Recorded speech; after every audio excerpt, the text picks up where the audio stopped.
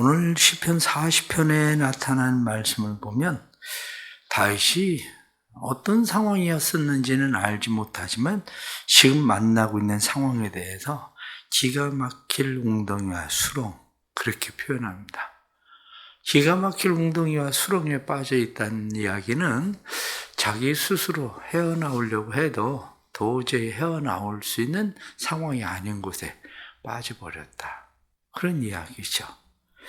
그런데 이러한 상황에 빠져 있을 때에 다윗은 믿고 의지하는 분이 있었습니다. 그분에 대해서 그는 이야기하기를 내 발을 반석 위에 두사 내 걸음을 견고하게 하십시오.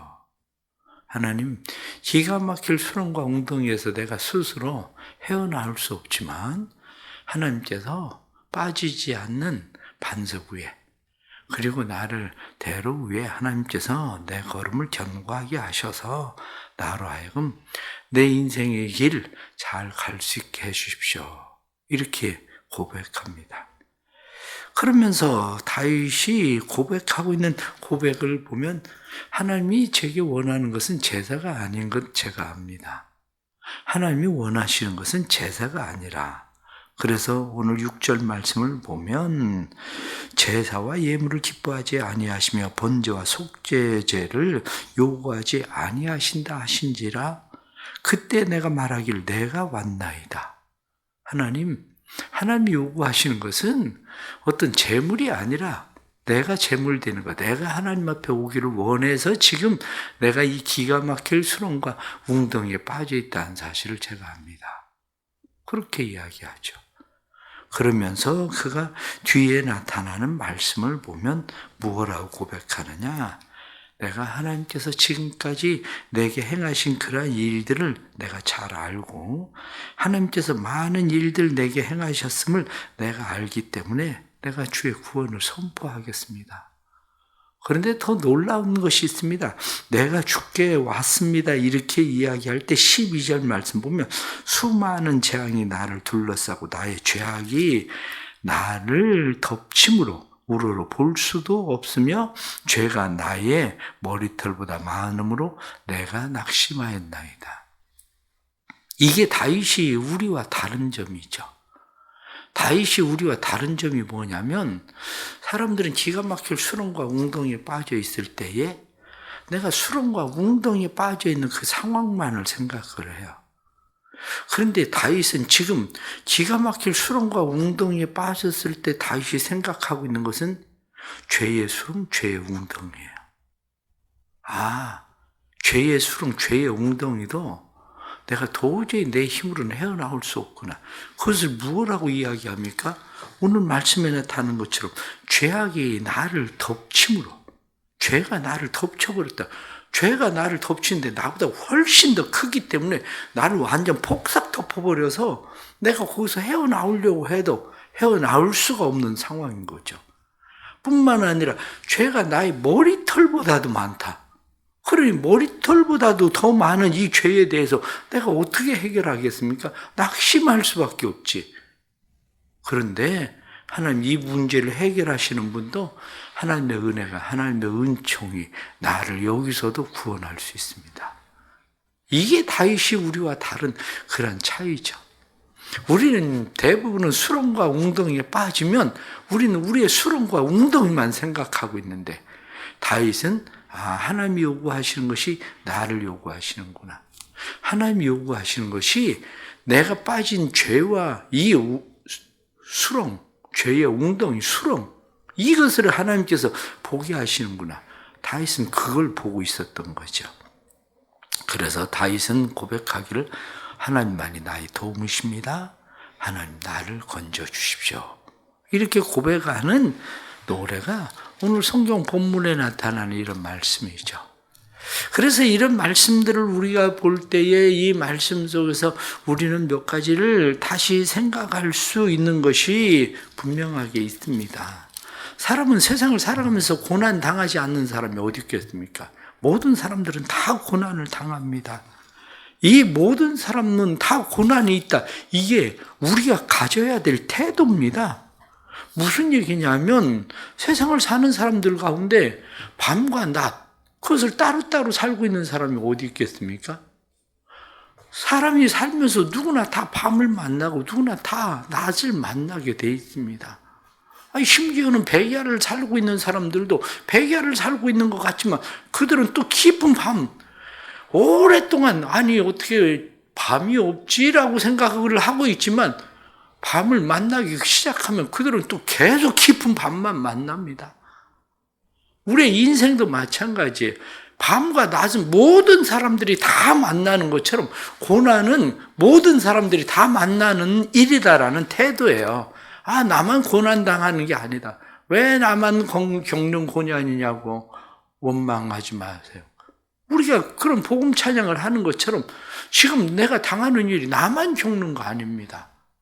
또 하나는 고난에 대해서 내 고난은 크고 다른 사람의 고난은 작다고 생각하는 자체가 문제예요. 왜냐? 고난은 얼마나 크냐 작으냐의 문제가 아닙니다. 고난은 내가 어떻게 느끼냐의 문제지. 그렇지 않아요? 똑같이 어떤 사람은 허리가 아픈데 어떤 사람은 허리 아픈 일에 대해서 별 그렇게 크게 문제 삼지 않고 사는 사람도 있고, 어떤 사람은 손가락 발가락만 아파도, 아니면 심지어 병원에서 검사 한번 다시 해봐야 되겠는데 이렇게 얘기만 해도 그 사람은 벌써 반 죽어요. 그러면 고난이라고 하는 것은 다른 사람들이 보여지기에 어떠냐의 문제가 아니에요. 고난은 본인이 느끼는 느낌에 의해서 고난의 크기는 결정되는 거지 다른 사람들이 보기에 결정되는 거 아닙니다.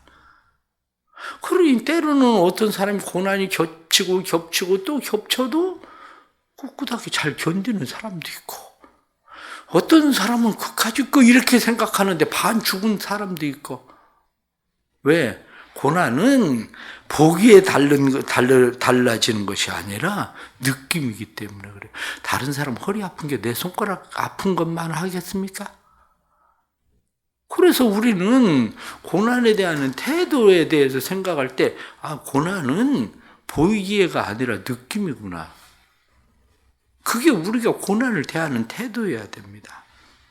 또 하나는 고난에 대해서 기본적으로는 감당할 만한 시험을 주신다라고 성경이 말씀한 것처럼 그리스도인들은 고난에 대해서 감당할 수 있는 힘이 있다는 태도입니다.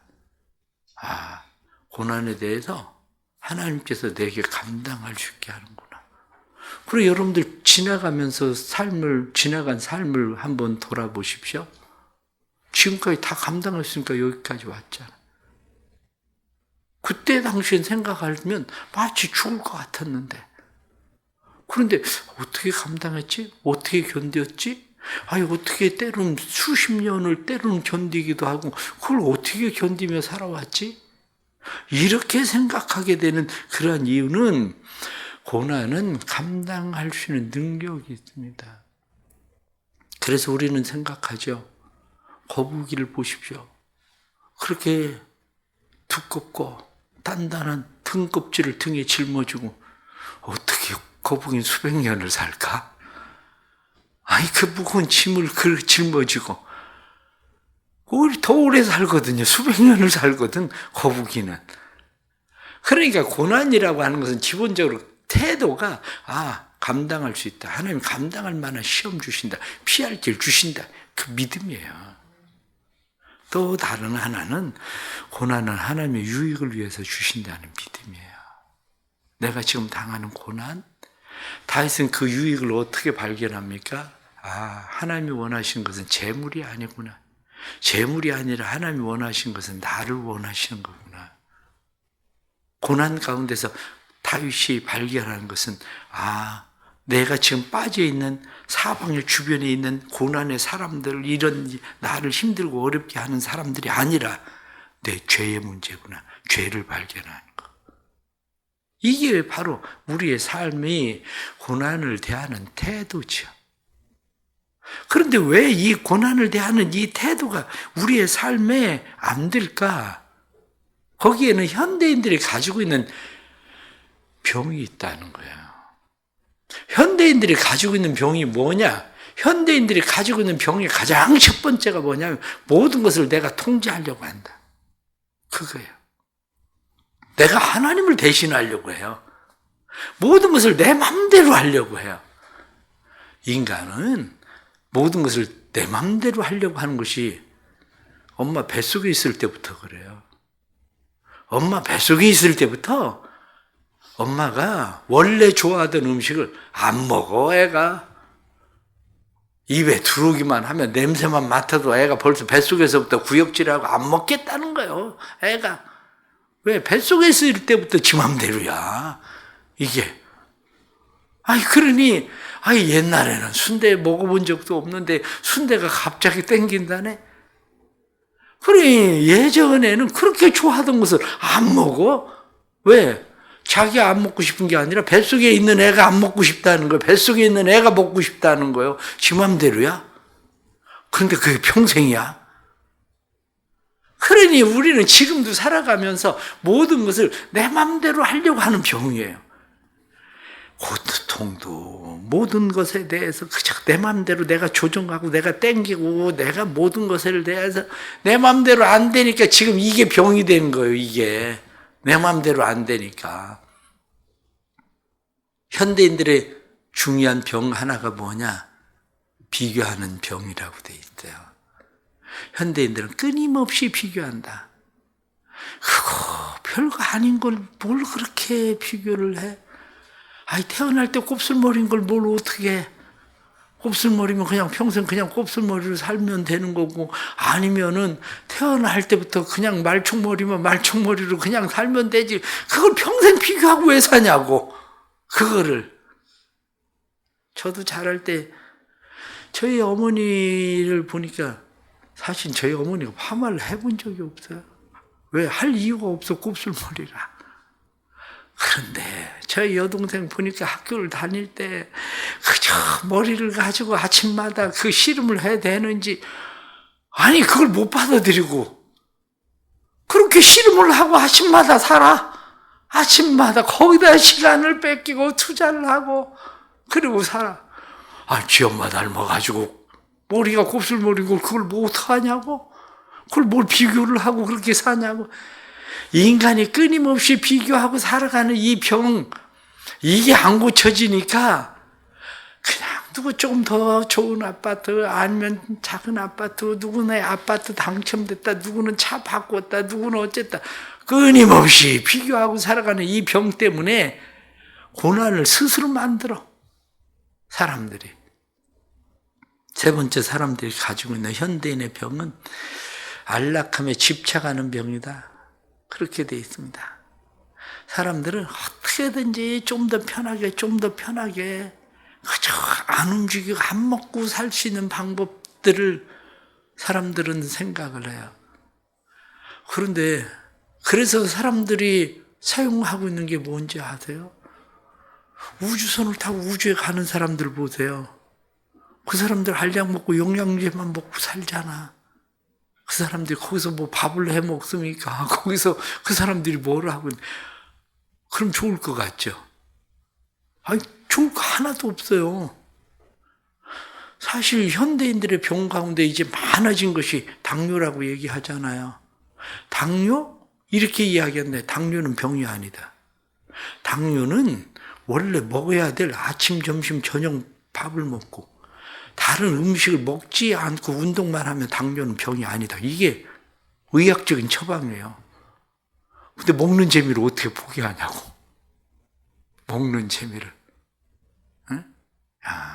먹는 재미를.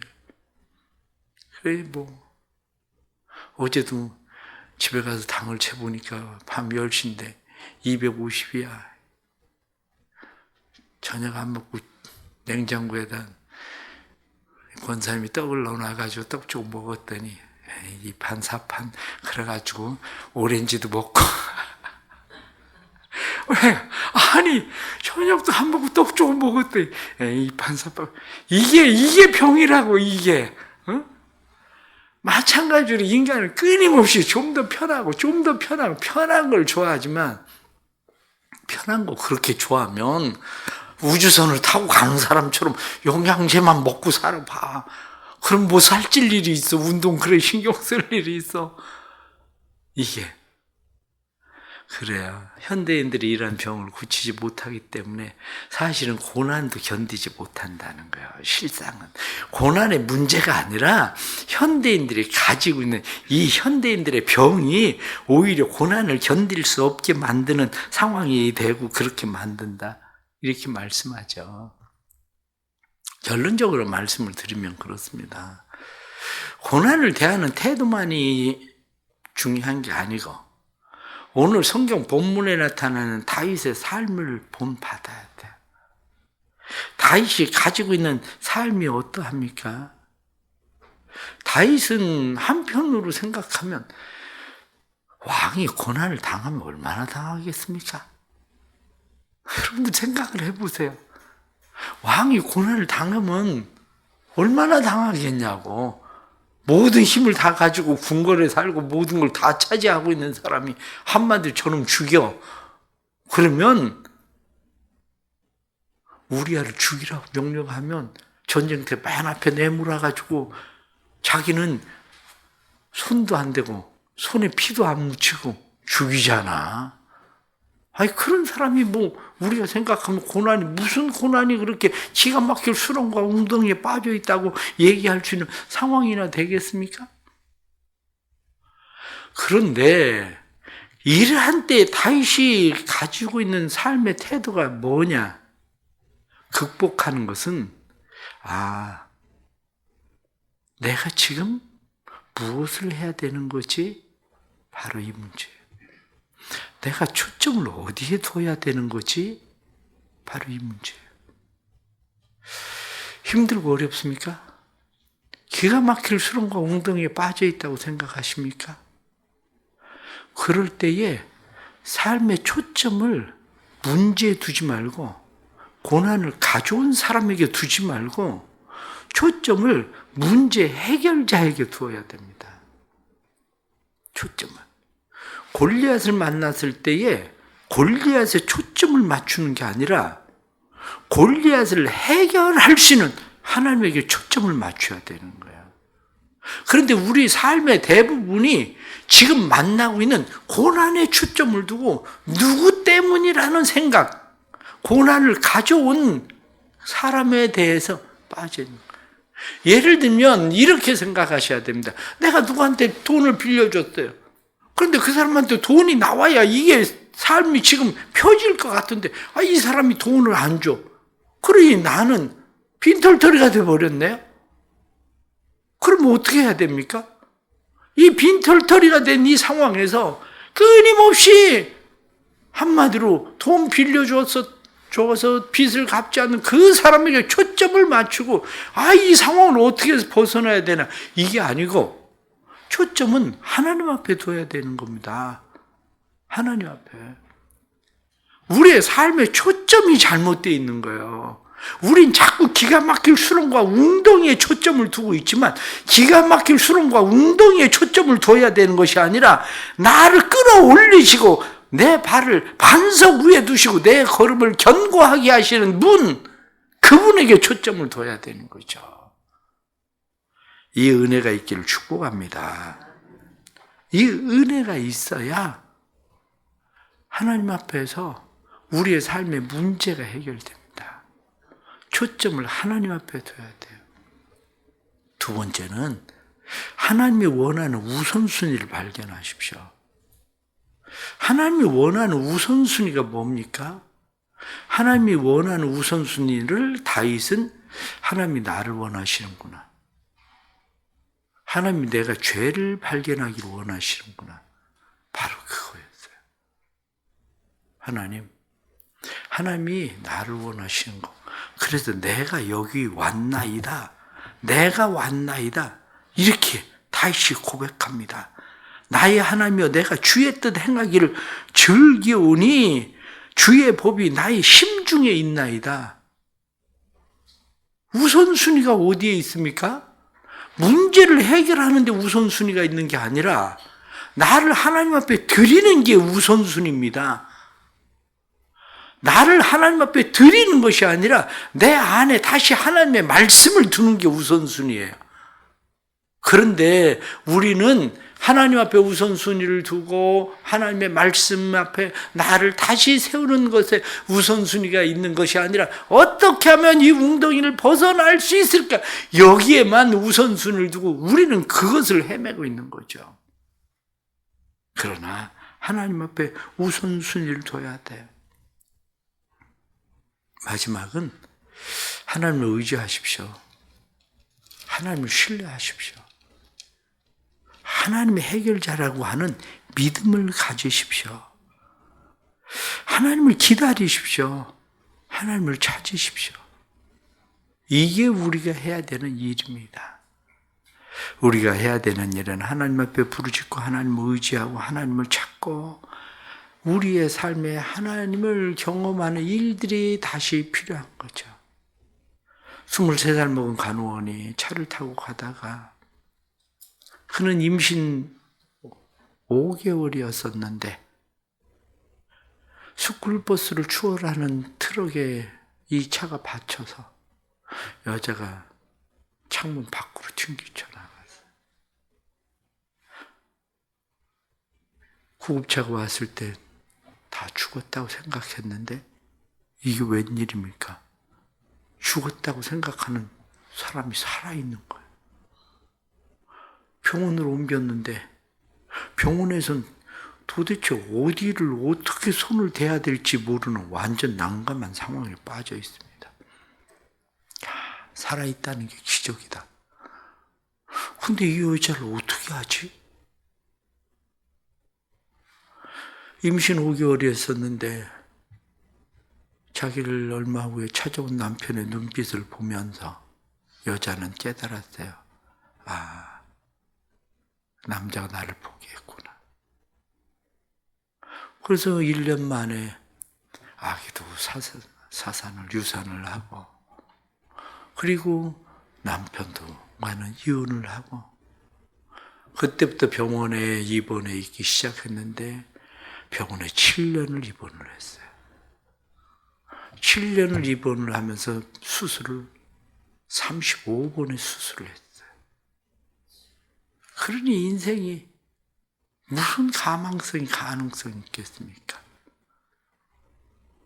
그런데 이 여인이 청혼을 받았어요. 그래서 마침내 결혼하게 돼요. 그것은 이 여인을 돌보던 의사가 여인에게 청혼을 하고 결혼을 해요.